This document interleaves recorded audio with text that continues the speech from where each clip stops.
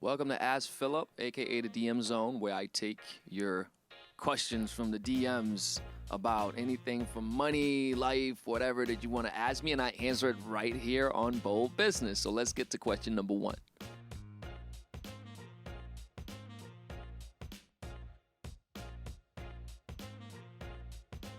There's two questions there. Is social media the best way to get your business out there, and do you have to pay for ads? I mean, the best way to get your business out is one of the ways. It's not so much about the tactic and the solution as opposed to having a framework of principles that work for you. Because someone may work well for social media, others may work well for email.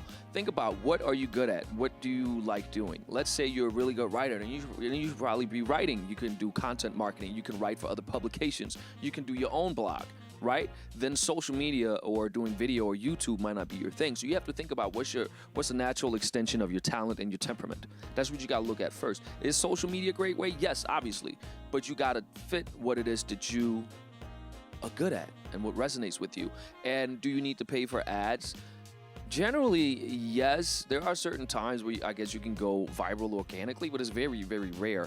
You have to spend some type of money on getting it out there, whether you have someone that's doing your ads doing your stuff for you, or there's a number of things.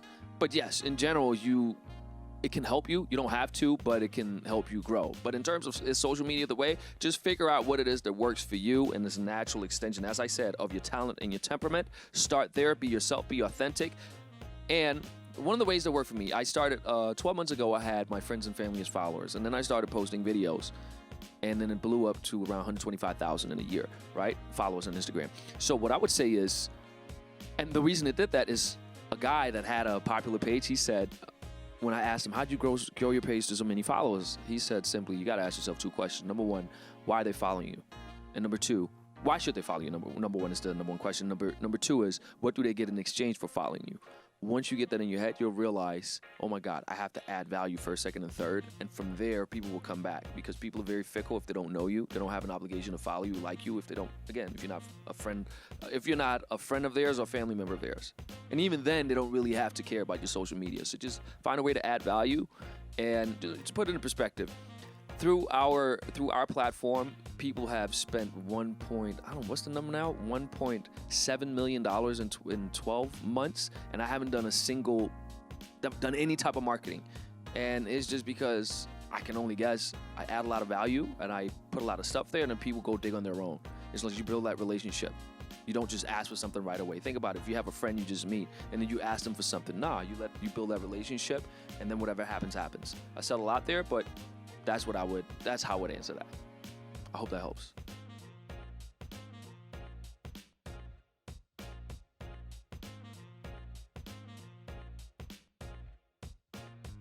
Yeah, I'm very much interested in sports. I think it's one of those moments where you can put politics and religion and all that silly stuff to the side in terms of the conflicts that arise from it, and you just go in there and you do what we've loved to do as kids. You know, we compete, we play, and I hope it comes off. I do know the Euro, the soccer, the Euro 2020, the soccer tournament that you have, was kind of like the World Cup, but just for Europe.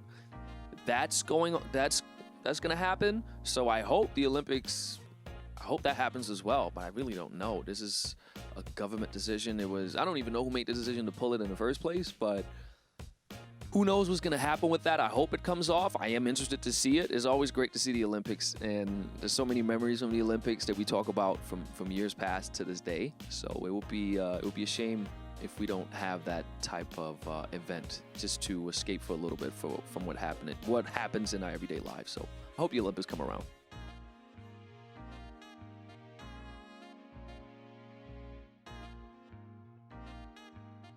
Do I think interest rates are going to go up anytime soon? Should I buy a house now before that happens? I mean, it's one of those questions, right? People always, people that are on the outside looking in, they will always point to what's happening. Oh my God, prices are low. Is this a wrong time to buy if they're going to drop lower? Or people say prices are high, I should wait for them to drop. There's always going to be a reason. But guess what? You never ever will own anything. Number one, if you just stand there and don't act. And number two, somebody who bought will get the benefit of whatever happens next. If the prices drop, well, they always recover. Now, if they're low and they drop lower, again, they always recover. So what exactly is there to talk about? If the interest rates are going to rise, I mean, you can still buy then as long as your numbers work. At the end of the day, it's a function of money in, money out in terms of buying a property. Can I get more in rent than I'm paying the bank? Even if your interest rate is 8, 9, or 2, 1%, it doesn't matter. You just got to look at your cash flow. Money in versus money out. So it doesn't even really matter as long as you can get the money into, as long as your income exceeds your cost of capital, meaning your interest and what you pay the bank, right? Then you should be in a good spot. So, but yes, interest rates are low, so it's a good time to buy.